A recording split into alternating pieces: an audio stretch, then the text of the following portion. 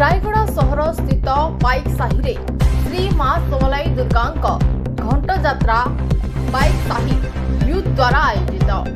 रायगड़ा सहर स्थित बाइक साही रे श्री मां समलाई दुर्गा घंट यात्रा प्रत्येक वर्ष भली ए वर्ष अति धूमधाम रे आडंबर सहित पालन करा जायछि।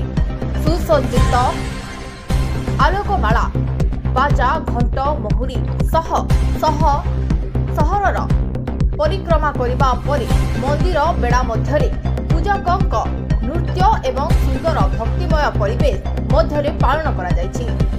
बाइक साहीर युवपीढ़ी बाइक साही यूथ तरफ अति आडंबरर सहित एवं शांति श्रृंखला मनोरंजन कार्यक्रम अन्न प्रसाद बंटन एवं पारंपरिक रीतिनीति अनुसार मां को पूजा अर्चना कर जायछि।